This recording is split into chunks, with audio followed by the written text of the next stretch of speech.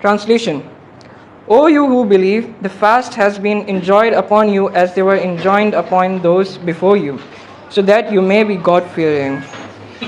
For days few in number, however, should any one of you be sick or a journey, then he should fast a number of other days equal to the missed ones, and those who have the strength, still they do not opt for fasting, on them there is a fidya, compensation, that is the feeding of a poor person.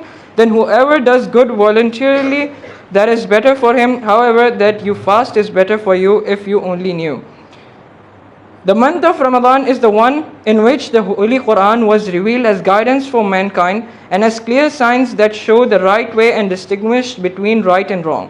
So those of who you witness the month must fast in it, but the one who is sick or is on a journey should fast as much from the missed days. Allah intends to provide ease for you and does not intend to create hardship for you.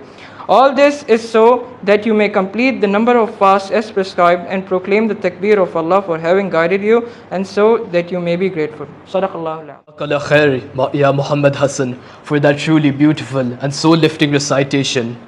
To formally open our program and to share today's purpose of gathering, I now invite Brother Ismail to deliver the opening speech. Brother Ismail, the floor is yours. Alhamdulillah Rabbil Alameen, wassalatu wassalamu ala anbiya wal mursaleen wa ala alihi wa sahbihi ajma'in. Amma ba'd. Assalamu alaikum wa rahmatullahi wa barakatuh. आप सबका इस programme में खुशामदीद। आज का ये programme Betul हिकमा की तरफ से रखा गया है इस्तक़बाल रमज़ान के मौजू पे।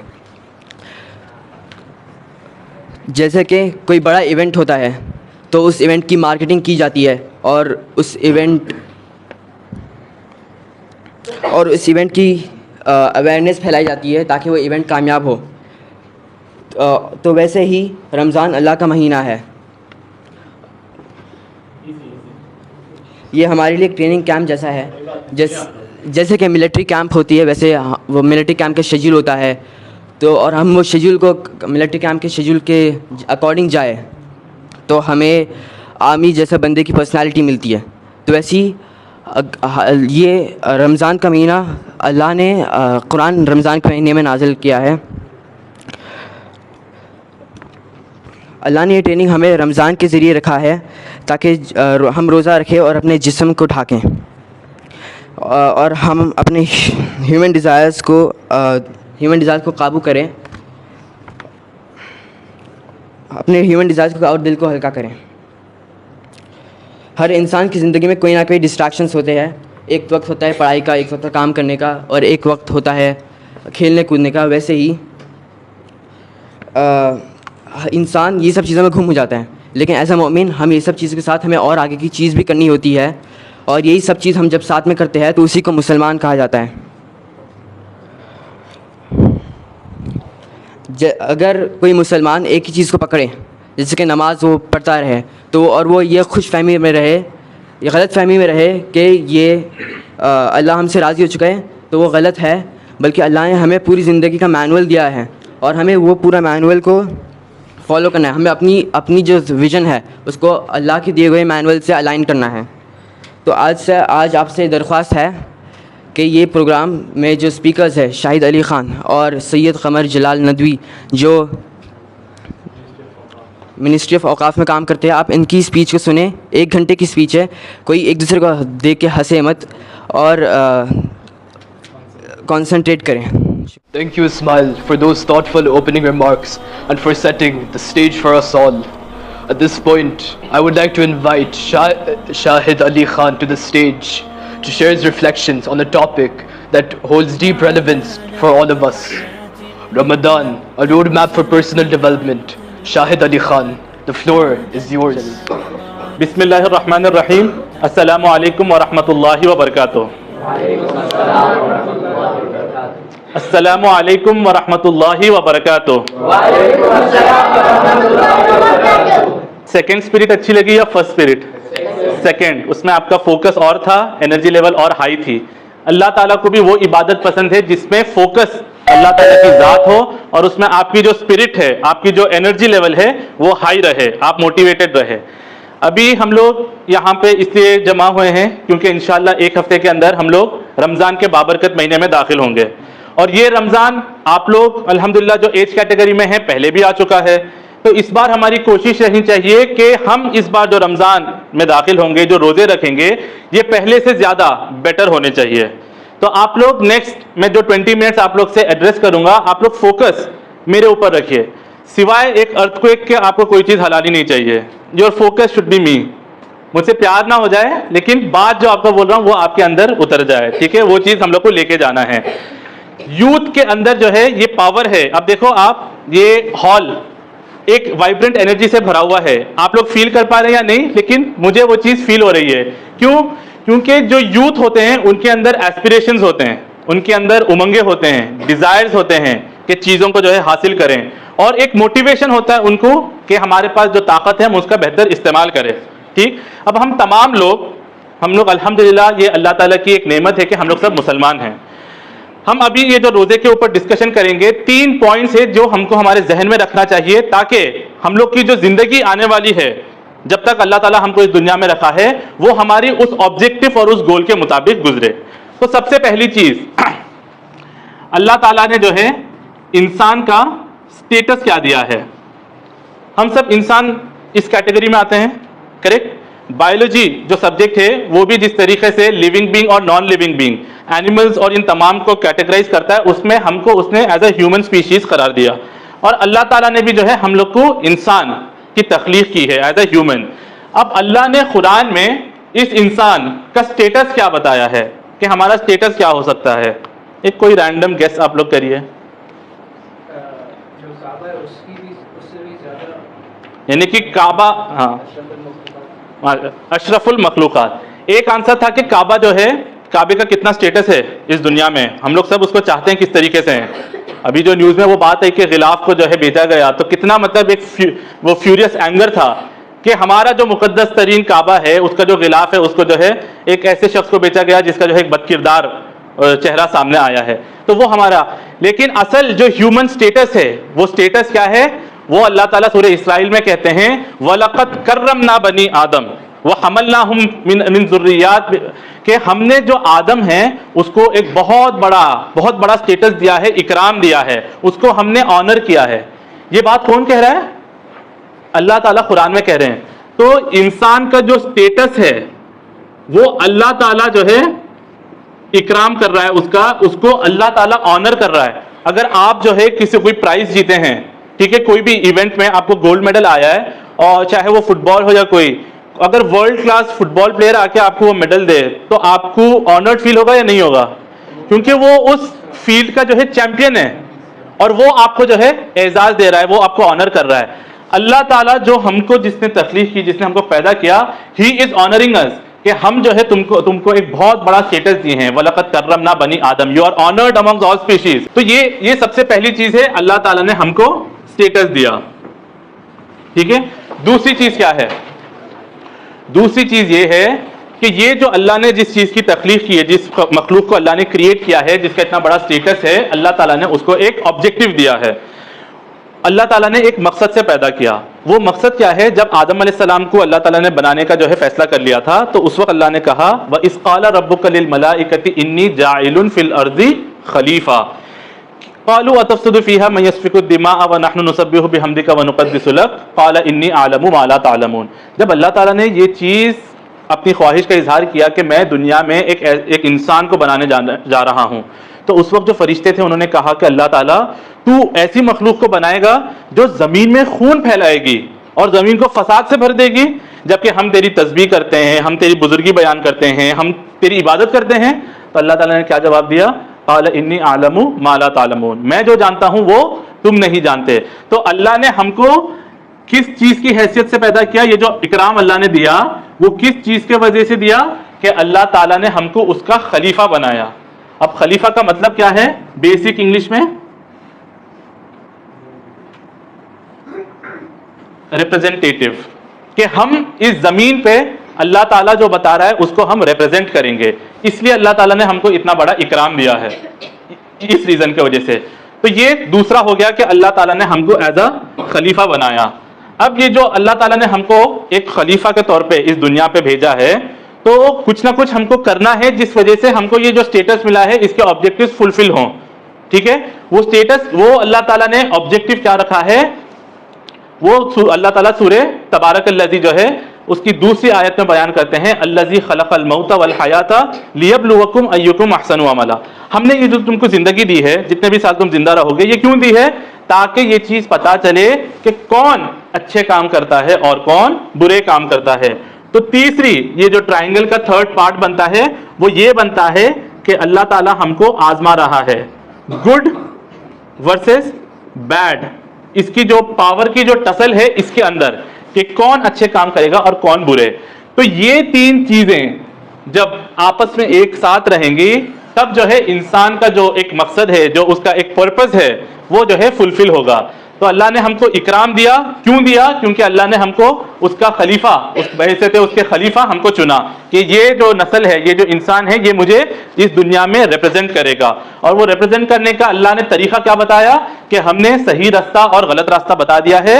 जो सही रास्ता चुनेगा हमने उनको जो है इकराम, उनको जो है बहुत ऑनर्ड स्टेटस दिया है, और फिर इस दुनिया में भी उनको अजर मिलेगा और क़यामत में भी। तो ये आपको ये ट्राइंगल जो है, ये बरमूडा ट्राइंगल नहीं है, इसमें हम डूबेंगे नहीं। ये ट्राइंगल हमको एलिवेट करेगा, हमको और अल्लाह के करीब पहुंचाएगा। तो ये ट्राइंगल हमारे नजदीक जो है क्लियर होना चाहिए हमारे ऑब्जेक्टिव को समझने में।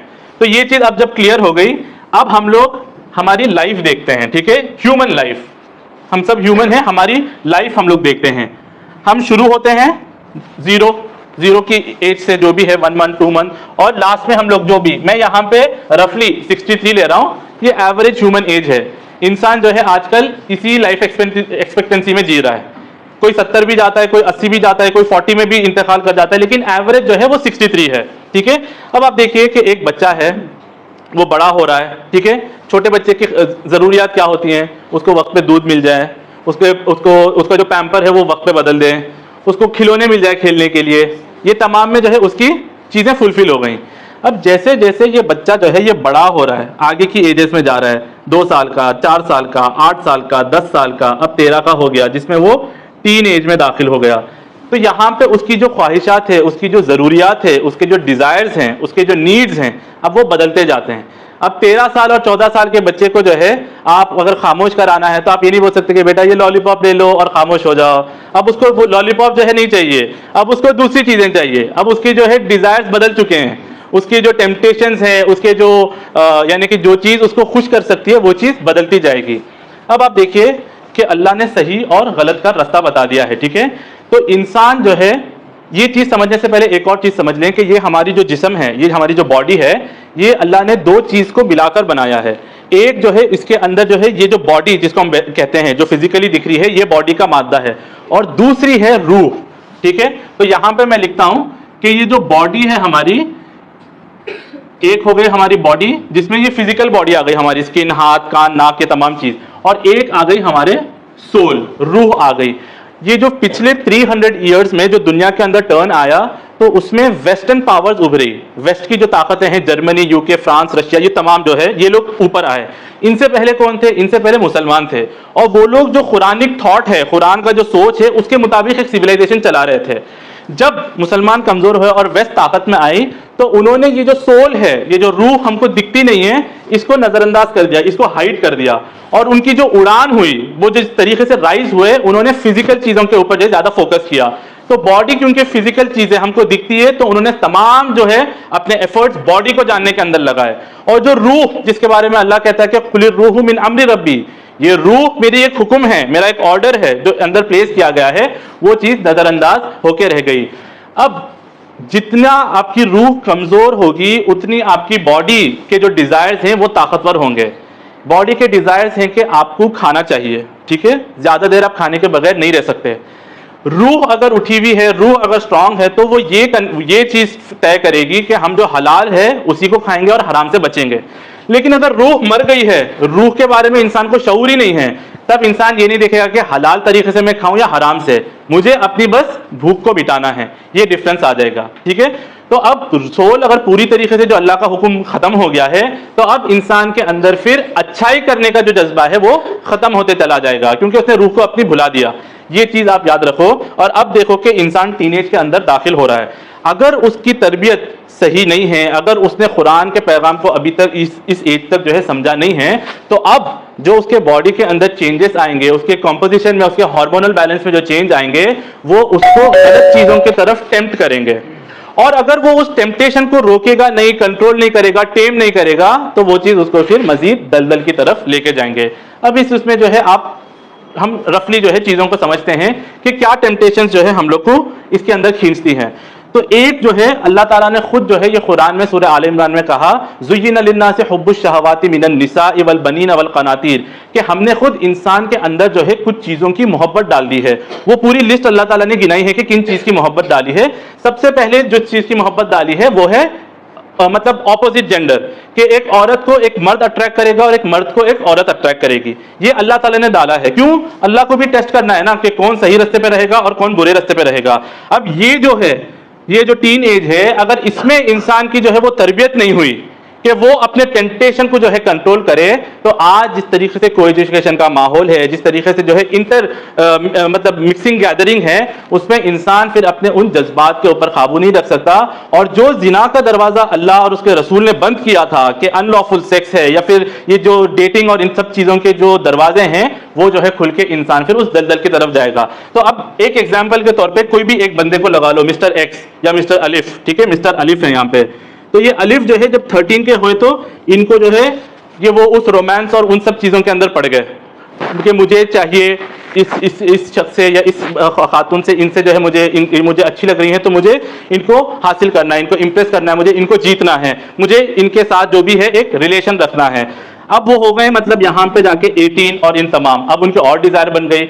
अब उनको ये लग रहा है कि भाई ये लोग जो है ना, ये मौलवी लोग हैं, इनकी कितनी बोरिंग लाइफ है, टोपी पहन के आ जाते हैं, कुछ ना कुछ करते हैं, कोई स्वैग ऑरा नहीं दिखता इनके अंदर, तो मैं जो है एक वेप लगा लूंगा यहाँ पे और हर थोड़ी देर के बाद जो है वेप मारता रहूंगा, तो वो जो स्मोक निकलेगा उसके मैं सर्कल्स भी बनाऊंगा और उसको ऐसे उड़ाऊंगा। तो वो देख के जो है ना, मतलब लोग बोलेंगे कि क्या ये तो भाई बहुत ही सिग्मा मेल है, this guy is not beta, ये तो अल्फा गामा हो गया, ये बजा, ये जो है इसकी एक मतलब क्लास है इस बंदे की। तो अब ये भाई साहब अपनी पूरी एफर्ट्स किस में लगा रहे हैं, लोगों को इम्प्रेस करने के। देखो मैं जो है ना कितना जबरदस्त हूं, मैं जो है कितना ऑरा क्रिएट करता हूं, कितना मेरे अंदर जो है चार्म है कि लोग मुझको देख के इम्प्रेस होते हैं। तो अब ये साहब की एज क्या हो गई, 22 हो गई, ठीक है 22 हो गई। अब और आगे बढ़ेंगे, अब और आगे बढ़ेंगे तो ये अभी जो है दौलत कमाने के चक्कर में आएंगे और हमको पैसा कमाना है और ये चीज करना है। इसमें जो भी एकदम जो है इनके दरवाजे खुलते हैं ना कि आपको मतलब महसूस हो रहा है कि मैं फ्री हूं, मेरे ऊपर कोई पाबंदी नहीं है कि ये करो ये नहीं करूं, मेरा मन जो चाहे मैं करूंगा। तो आपका मन अगर आपको जो है गलत चीजों की तरफ टेम्प्ट करते हुए लेके जा रहा है, जिना की तरफ, गानों की तरफ, नाच की तरफ, नशे की तरफ और ये जितने भी और गलत चीजें हैं, वक्त जाया करना, ये तमाम चीजें, दोस्तों के साथ घंटे बैठे हैं, क्या कर रहे हैं कुछ पता नहीं, बस बैठे हुए हैं, मजा आ रहा है। तो ये चीजें जब ये इंसान जो है यहाँ पे बढ़ता जाता है, उसने हर बुराई चीज कर ली होगी, हर गलत काम कर लिया होगा उसने, मतलब ये जो कोकेन है, हशीश है, ये जितनी भी जो ड्रग्स की चीजें हैं जो हार्मफुल है वो कर लिया होगा। अब सोचो वो यहाँ पे पहुंच गया जब उसकी एज हो गई है 30, 35, 40, कितनी हो गई 30, 35, 40। अब वो जितनी भी एक जवानी का वो जो जोश होता है अंदर के बस मैं हूं, कोई नहीं है मुझे रोकने वाला, जो मुझे करना है मैं अपना कमा रहा हूं, अपने पैसे खर्च कर रहा हूं, मैं ऑनलाइन सब्सक्रिप्शन ले रहा हूं चीजों की जाके, किसको क्या परवाह है, मैं जो है अपने फोन में कुछ भी देखूं, कोई भी ऐप डाउनलोड करूं, डेटिंग ऐप करूं, किसी से भी बात करूं, किसी को क्या लेना देना। अब जब वो इस एज में पहुंचता है ना, अब उसकी वही साइकोलॉजी वापस बदलना शुरू होती है। अब वो इन चीजों को समझता है कि मैंने ये जिंदगी कहां जाया कर दी, मैंने क्या हासिल किया। अब जब वो 35, 40 का हो जाएगा, अब उसको वो दोस्त नहीं मिलेंगे जो उसके साथ एक जमाने में जो है ना चिल करते थे। अब सब लोग अपनी जिंदगी की चीजों में जो है मसरूफ हो गए होते हैं। वो इस उम्र में जाके रियलाइज करता है कि वो जो मैंने जो है ना इतने वक्त लगाए थे कि एक लड़की मतलब किसी के प्यार में पड़ गया था, मैं डिप्रेशन में चला गया था, एग्जाम में मैंने जो है ना तवज्जो नहीं दी थी, वक्त से ज्यादा जो है मैंने खेल के अंदर। तो अब यहाँ पे जो उसकी एफर्ट्स लगे, टाइम लगे, उसकी जो स्किल्स लगे, ये तमाम चीजें उसने किसके अंदर जाया किए, अपने एक गलत चीज के ऊपर। और ये गलत चीजों के ऊपर जब आपके पेरेंट्स, जब किसी के भी पेरेंट्स उसको टोकते हैं कि वक्त से ज्यादा मोबाइल मत इस्तेमाल करो, क्या सिर्फ खेलने में इस्तेमाल वक्त लगाते हो अपना, क्या सिर्फ दोस्तों में जाते हो, अब उसकी एनर्जी के ऊपर एक हैम्पर पड़ रहा है। आप बात समझ रहे हैं मेरी या नहीं? हाँ, all the Ayaans and Anas and everyone, ये जो आप लोग मतलब आप लोग नहीं, आपका मतलब वो जहनियत है जो यहाँ पे हमको लेके जाती है, वो जो थिंकिंग है जो लोगों को लेके जाती है। अगर एक शख्स जो है इन गलत कामों में पड़ रहा है तो उसके पीछे एक थिंकिंग है ना, वो थिंकिंग है कि मैं आजाद हूं, मुझे कोई पूछने वाला नहीं है, मैं जो करना चाहे मैं करूं, ये थिंकिंग है उसकी। पहले आपका मतलब आप नहीं है, तो यहाँ पे उसने अपनी एनर्जी, सलाहियतें ये सब लगाई। तो अगर आपकी एनर्जी एक डायरेक्शन में जा रही है और कोई उसको रोकने की कोशिश करा तो फ्रिक्शन पैदा होगी या नहीं होगी? फ्रिक्शन पैदा होगी या नहीं होगी? आपकी एनर्जी फिर डाइवर्ट होंगे। तो ये जब फ्रिक्शन पैदा होती है ना, फ्रिक्शन जब पैदा होती है तो ये पैदा कौन करते हैं? ये आपके बड़े करते हैं। वो आपको ये बोलते हैं कि अपना वक्त जो है जाया मत करो। ओके, ठीक, आपका वक्त जो है गलत कामों में जाया मत करो। ये क्या मूवीज, नेटफ्लिक्स और ये सब बैठ के देख रहे हो, थर्सडे आ गया बस बैठ के देखने के लिए, क्या हासिल है इन सब चीजों से, अच्छा ही तरफ काम। तो अब उसको ऐसे लग रहा है कि ये लोग जो है मेरे दुश्मन बन रहे हैं। और ये वो एज होती है जहां पे हर टीनेजर बच्चे को ये लगता है कि मेरे सबसे बड़े दुश्मन जो है वो मेरे माँ बाप हैं। लेकिन वक्त के साथ चलते चलते चलते चलते जब वो इस फेज के अंदर पहुंचता है ना, इस फेज में 30 प्लस 35, 40 जब होता है, तब उसको रियलाइजेशन होता है कि मैंने जितने भी अपने वक्त वहां पे सर्व किए वो सब गलत काम में सर्व कर दिए, वो तो मेरी एनर्जी जाया हो गई, मेरी ये तमाम चीजें वेस्ट हो गई। ये जो वेस्ट उसने इतना जो वक्त किया है, अपना किरदार, अपना सलाहियत, ये सब चीजें, कुरान उस वेस्टेज से बचाने के लिए जो है आपको ये तज़किये का प्रोग्राम देता है, ये तज़किये का। और सूरह अलक की जो आयत है, जो सबसे पहली आयत नाजिल हुई ना, इक़रा बिस्मि रब्बिकल लज़ी खलक़, पहली वही, उस पहली वही की आयतें क्या हैं? इक़रा बिस्मि रब्बिकल लज़ी खलक़, खलक़ल इंसाना मिन अलक़, इक़रा व रब्बुकल अकरम, अल्लज़ी अल्लमा बिल क़लम, अल्लमल इंसाना मा लम यअलम। अल्लाह ताला इंसान को वो इल्म सिखाएगा जिसका जो है उसको पहले से इल्म नहीं था। जो चीज इंसान यहां पे जाके सीख रहा है कि मेरा वक्त, मेरी सलाहियत, मेरा टाइम, मेरी जिंदगी जो है बर्बाद हुई, वो अल्लाह ताला पहले ही जो चीज सही है और गलत है वो बता रहा है कि तुम अपनी जिंदगी को इन बर्बादी से बचा सकते हो इसी एज में, और गुमराह नहीं होकर सही रास्ते पे रह सकते हो। तो इस पोजीशन पे अल्लाह ताला ने जो हमको इकराम दिया है, जो स्टेटस दिया है, उस स्टेटस को हासिल करने के लिए सबसे पहले हमको अपनी जात के अंदर खलीफा बनना है, अल्लाह ताला का रिप्रेजेंटेटिव बनना है, हमको अल्लाह ताला का नुमाइंदा बनना है। और वो नुमाइंदा बनने के लिए जो टेस्ट है सही और गलत का, गुड एंड बैड का, उसमें जो गुड की चॉइस है उस चॉइस में आपको जो है साबित कदम रहना है। और दूसरी बात, ये जितने बच्चे लोग जो है ना ड्रग्स के केस में या किसी और डिप्रेशन के केस में हो जाते हैं ना, कभी उन लोग की जो है शक्ल देखनी चाहिए, कभी उन लोगों की जो है ज़िंदगी देखनी चाहिए कि कैसे उनकी ज़िंदगी जो है बर्बाद हो जाती है। कितने स्किल्स अल्लाह ने, टैलेंट्स इंसान के अंदर रखे हुए होते हैं, लेकिन गलत सोहबत, गलत रास्ते में पढ़ के जो है किस तरीके से वो लोग ज़ाया करते हैं। कैसे उनके पेरेंट्स जो है रोते हैं कि हमारे बच्चे की ज़िंदगी बर्बाद हो रही है, गलत कामों में पड़ा हुआ है, गलत चीज़ों में, गलत सोहबत में पड़ा हुआ है, अब नशे कर रहा है, नशे से जिस तरीके से उसकी जो एनर्जी ड्रेन हो रही है, जिस तरीके से उसका जो है कॉन्शियस माइंड जो है बिगड़ता जा रहा है। आप देखिए ये जो कोकेन का इफेक्ट होता है, इसके जरिए से जो ह्यूमन का माइंड होता है, इसका साइज श्रिंक होता जाता है। अल्लाह ने जो नॉर्मल साइज दिया है, ये रिसर्च है, ये अमेरिकन एकेडमीज में रिसर्च बताती हैं कि कोकेन और हशीश और ये सब चीजें जो शख्स करते हैं, उससे उनका ब्रेन साइज कम होता जाता है। इसीलिए आप देखिए जो लोग इसमें इन्वॉल्व रहते हैं, उनका पढ़ाई में दिल नहीं लगेगा, उनका कॉन्सेंट्रेशन जब बहुत कम रहेगा, वो लोग थोड़ी देर के लिए देखेंगे चीज, फिर वापस जो है भूल जाएंगे चीज़ों को, क्योंकि मेमोरी उतनी शार्प नहीं रहेगी। वो तमाम चीज़ें आपके इन सब सेंसेस को डिस्ट्रॉय करती है। और दूसरी बात, ये जो कोकेन और ये जो नशे की चीज़ें इफेक्ट करती है दिमाग के ऊपर, कि दिमाग का साइज छोटा होता है, ये सेम इफेक्ट और सेम इम्पैक्ट जो पॉर्न वीडियोस होती हैं और जो गंदी वीडियोस होती हैं, सेम इम्पैक्ट आपके दिमाग के ऊपर करती हैं। तो आप देखो, अगर कोई बंदा ड्रग्स और ये सब चीज़ें नहीं कर रहा है, लेकिन गंदी वीडियोज़, चाहे वो बॉलीवुड के ये जो डांस और ये सब चीज़ें होती है ना, वो भी, और बाकी आगे के वीडियो उन सब में भी पड़ा हुआ है, उसके दिमाग के ऊपर वही इफेक्ट हो रहा है जो कोकेन इंसान के दिमाग के ऊपर करता है। तो यू अंडरस्टैंड कि इस्लाम इतनी बड़ी नेमत है हमारे लिए कि जो चीज़ हमारी ज़िंदगी को बर्बाद करती है और डिस्ट्रॉय करती है, उसको बता दिया है कि ये तमाम चीज़ आपकी ज़िंदगी के लिए गलत है, इन सबसे बचो ताकि तुम जो है सही रास्ते के ऊपर रहोगे। तो ये बातें क्लियर आई कि क्यों अल्लाह ताला ने जो है इंसान को पैदा किस लिए किया अल्लाह ताला ने, ताकि उसको बता सके कि इस दुनिया में कौन अच्छे काम करा और कौन बुरे काम। अब वो हम करेंगे कब? जब हम अल्लाह ताला के रिप्रेजेंटेटिव बनेंगे, और जब ये हम रिप्रेजेंटेटिव बनेंगे तो हम, अल्लाह ताला हमको बहुत बड़े स्टेटस से इकराम करेगा कि दुनिया में अल्लाह ताला का वादा है। ये सूरह नूर की आयत में आपको पढ़ के बता रहा हूं, वादल्लाहुल्लज़ीना आमनू मिनकुम व आमिलुस्सालिहात ला यस्तखलिफन्नहुम कमा इस्तखलफल्लज़ीना मिन क़ब्लिहिम व ला युमक्किनल्लज़ीना लहुम मुर्तज़ा दीनहुम, कि हम वादा करते हैं कि हम तुमको जो है दुनिया में जो है पावर देंगे। ये अल्लाह ताला का वादा है कि जब तुम अपने एक्शंस को सही करोगे, हम दुनिया में तुम्हारे को पावर देंगे, तुम लोगों को। और ये जो दीन इस्लाम है, ये दीन इस्लाम को जो है लोगों का पसंदीदा दीन चुन लेंगे। People will like it, they will love it. और जितने भी खौफ है, इन सबसे हमको अल्लाह ताला आराम दे देगा कि कोई खौफ नहीं रहेगा। आप देखिए इस वक्त कि आज दुनिया में इख्तिदार क्या मुसलमानों का है, आज पावर जो है दुनिया में मुसलमानों का है। हमसे कोई पूछता है कि दुनिया में भाई हम ये लॉ पास करना चाह रहे हैं, आपकी कोई राय है? कोई पूछता है आके हमसे? कोई नहीं पूछता। ना यूनाइटेड नेशन पूछता है, अमेरिका ना पूछता, किसी को कोई लेना देना नहीं। दूसरा, आज दुनिया में दीन इस्लाम पसंदीदा दीन है लोगों के लिए। इस्लाम के साथ जो है मीडिया ने क्या चीज़ जोड़ दी है कि ये लोग जो है धक्यानुसी लोग हैं, इनकी सोच जो है बहुत पीछे की सोच है। ये लोग गार वालों की तरह सोचते हैं, इनके अंदर जो है टेररिज्म है। ये लोग जहां जाते हैं अल्लाह अकबर बोलते हैं और लोगों को जो है परेशान कर देते हैं। और ये लोग जिस तरीके से जो है किलिंग और इन सब में बिलीव करते हैं, ये सब चीजें जो है इनका वहशी चेहरा, यानी इस तरीके से इस्लाम को प्रेजेंट किया। तो इस्लाम इस सब पसंदीदा दीन तो नहीं है ना। आज पूरा वेस्ट, जॉर्ज बुश, ये लोग सब किससे डरे हुए हैं कि इस्लामिक सिविलाइजेशन हमको तो खतरा है, हमको ये चीज़ जो है खतरे में पहुंचा देगी। हालांकि जब से ये एप्स्टीन फाइल्स खुली हैं, तब से सही चेहरा लोगों का दिख गया कि कौन लोग दुनिया में जो है भयानक चेहरे वाले हैं। जो लोग डेमोक्रेसी, ह्यूमन राइट्स और इन सब के नारे लगाते थे, आज उन सबका चेहरा फाश हो गया कि औरतों के हुकूक चाहिए। और फिर वही लोग जो है औरतों के हुकूक के नाम पे क्या क्या उन्होंने कितनी मतलब बद तहजीबी, जानवर से बदतर जो है सुलूक किया बच्चों के साथ, उनकी कुर्बानियां दी, उनकी बलि चढ़ाई, उनको जो है खाया जिंदा। और जो जो उनके साथ गंदी हरकतें हुई हैं, आज वो रियल स्टेटस एक्सपोज हो गया है। क्यों?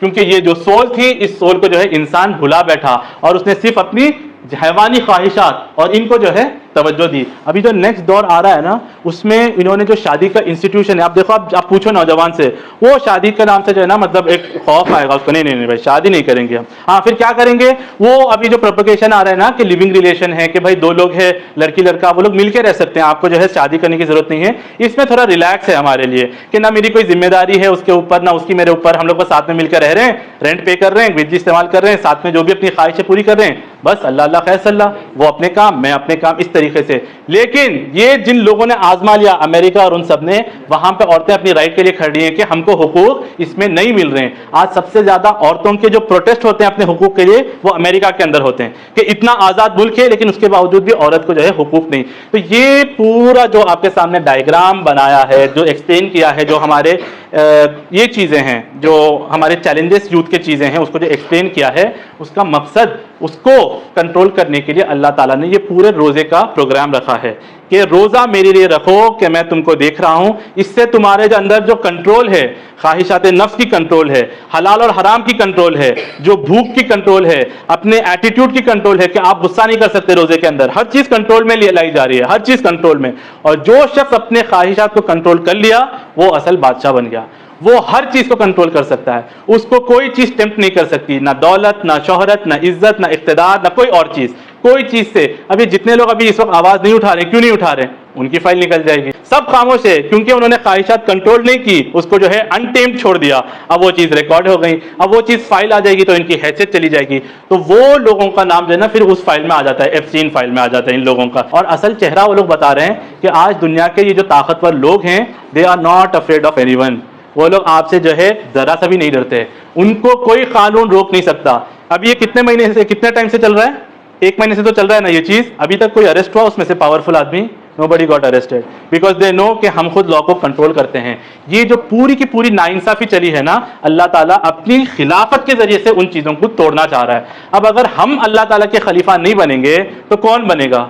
तो ये अगर हमको ये खलीफा अल्लाह का बनना है तो आज के दौर को जो है समझना भी बहुत जरूरी है। अगर आज के दौर को हम नहीं समझे कि बातिल क्या है, हक क्या है, सच क्या है, गलत क्या है, तो फिर हम वही अफरा तफरी का शिकार रहेंगे। फिर हमारा वही स्टेटस रहेगा जैसे हम आज मगलूब हैं, कल भी हम मगलूब रहेंगे। अंदर से वो नई लीडरशिप जो है उभरेगी नहीं। तो आप लोग ये जो रमजान आ रहा है इसमें एक फोकस बनाइए कि अल्लाह ने जो मेरे अंदर, जो अल्लाह ने कंट्रोल के लिए ये रोजा रखा है और सोल अपलिफ्टमेंट के लिए कि मेरी रूह बेदार हो, मेरे अंदर कॉन्शियसनेस आए कि मैं एक शऊरी मुसलमान बनूं, मैं एक शऊरी इंसान बनूं। और एक शऊरी इंसान कभी बुराई को देख के जो है खामोश नहीं रहता, वो हमेशा जो है बुराई को खत्म करने की कोशिश करेगा। तो आप लोग सब मेरे पीछे एक अच्छी बुलंद आवाज में जो है, ये हिटलर का तो ये साइन था लेकिन हम मुसलमान है तो हमारा ये साइन रहेगा, ठीक है? तो आप लोग अपनी गवाही की उंगली उठा के जो है मेरे पीछे ये अहद आप लोग सब रिपीट कीजिए।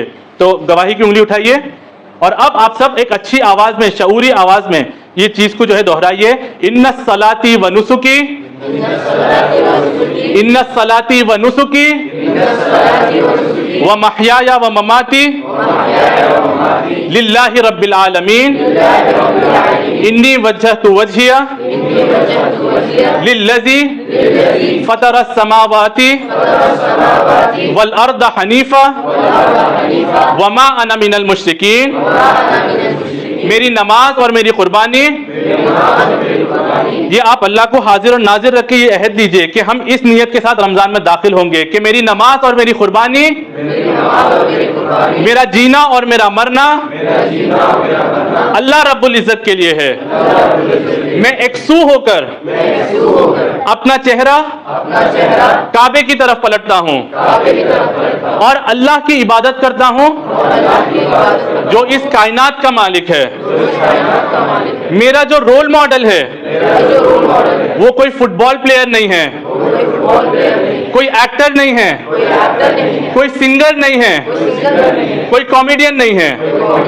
मेरा रोल मॉडल मोहम्मदुर रसूलुल्लाह है, अबू बकर सिद्दीक है, उमर इब्ने खत्ताब है, उस्मान इब्ने अफ़्फ़ान है, अली इब्ने अबी तालिब, साद बिन अबी वक्कास, अबू उबैदा बिन अल जर्राह, अब्दुर्रहमान बिन औफ, तलहा बिन उबैदुल्लाह, जुबैर बिन अव्वाम, अब्दुल्ला बिन जुबैर, अब्दुल्ला बिन अब्बास, हसन बिन अली, हुसैन बिन अली, अमर इब्न अल आस, उमर इब्न अब्दुल अजीज, अबू हनीफा, इमाम शाफई, इमाम मालिक, जाफर अस्सादिक, खालिद बिन वलीद, सुल्तान सलाहुद्दीन, टीपू सुल्तान, शाह वलीउल्लाह मुहद्दिस देलवी, ये सब मेरे रोल मॉडल है।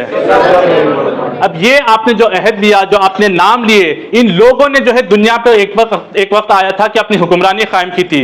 जब खालिद बिन वलीद अपना लश्कर लेके जाते थे तो रोम के जो है 2 लाख की फौज उनके सामने खड़ी हुई थी। तो जो नए मुसलमान थे वो देख के घबराते थे और कहते थे कि ये लोग तादाद में बहुत ज्यादा है और हम 15,000 हैं। तो खालिद बिन वलीद कहते हैं कि नहीं, तुम ये कहो कि हम ज्यादा हैं और वो कम हैं, और दुश्मन की आंख में आंख डाल के कहते थे कि तुम ये मत डरो, ये मत आस करो कि तुम लोग नंबर में ज्यादा हो और हम कम हैं। मैं अपने साथ उन लोगों को लेके आया हूं जिनको मौत अजीज है जिस तरह तुमको जिंदगी अजीज है। ये शहादत का जज्बा उनके अंदर था कि जो है फौज उनका जो है रास्ता छोड़ती थी। और जब मालूम चलता कि खालिद बिन वलीद किसी फौज के अंदर आ रहे हैं, तब यकीन था कि ये फौज जीत के जाएगी। ये उन लोगों का स्टेटस था, ये उन लोगों का ऑरा था, ये उन लोगों का यानी कि होल्ड और सिग्मा था अपनी सोसाइटी के ऊपर, कि दुनिया उनके नाम से जो है कामती थी। और उनकी स्ट्रैटेजीज को फिर दुनिया पढ़ती थी, उनको समझती थी, उनके कि किस तरीके से ये मुसलमान अपनी स्ट्रैटेजीज बना रहे हैं और ये दुनिया पे हुक्मरानी कर रहे हैं। तो इंशाल्लाह ये जो हम लोग ने अहद लिया, आप लोग दुआ करें कि अल्लाह ताला ये रमजान हमको बहुत अच्छी तरीके से गुजारने की तौफीक अता करे। हम कुरान को इस बार तर्जुमे के साथ पढ़ेंगे। हम कुरान को पढ़ के जो अल्लाह ने अच्छाई का हुक्म और बुराई से रोकने का हुक्म दिया है, ये काम अपनी जिंदगी में करेंगे। उसके लिए सोशल मीडिया इस्तेमाल करना है, सोशल साइंसेस पढ़ना है, जर्नलिज्म, लॉ, इकोनॉमिक्स, ये तमाम हम इन सबको पढ़ेंगे। और आज ये सब्जेक्ट्स पढ़ के जो लोग हुक्मरानी में पहुंच के अपना जो बोलबाला कर रहे हैं, हम वहां पे जाके अल्लाह के इस्लाम का बोलबाला करेंगे और दुनिया के अंदर जो है अल्लाह का अमन का निजाम, भाईचारा का निजाम, अखुवत का निजाम, इंसाफ का निजाम, इसको कायम करके दुनिया को बता देंगे। अल्लाह ताला कुरान में बताता है, कुल जा अल हक व ज़हक़ल बातिल इन्नल बातिल कान ज़हूक़ा, कह दो कि सच आ गया है और बातिल मिटने वाला है। क्यों? क्योंकि बातिल बना ही है मिटने के लिए। व आखिर दावाना अनिल हम्दुलिल्लाहि रब्बिल आलमीन। Jazakallah khair Shahid Ali Khan for this insightful perspective on how we can develop upon this month of Ramadan, how we can develop our character during this month of the holiness, to bring our peace to our hearts and revive our love for the Prophet Muhammad sallallahu alaihi wasallam. We will now listen to our naat. I invite Musab Nazim Sheikh to kindly come forward to recite. Assalamu alaikum wa rahmatullahi wa barakatuh. वालेकुम अस्सलाम व रहमतुल्लाहि व बरकातुहू।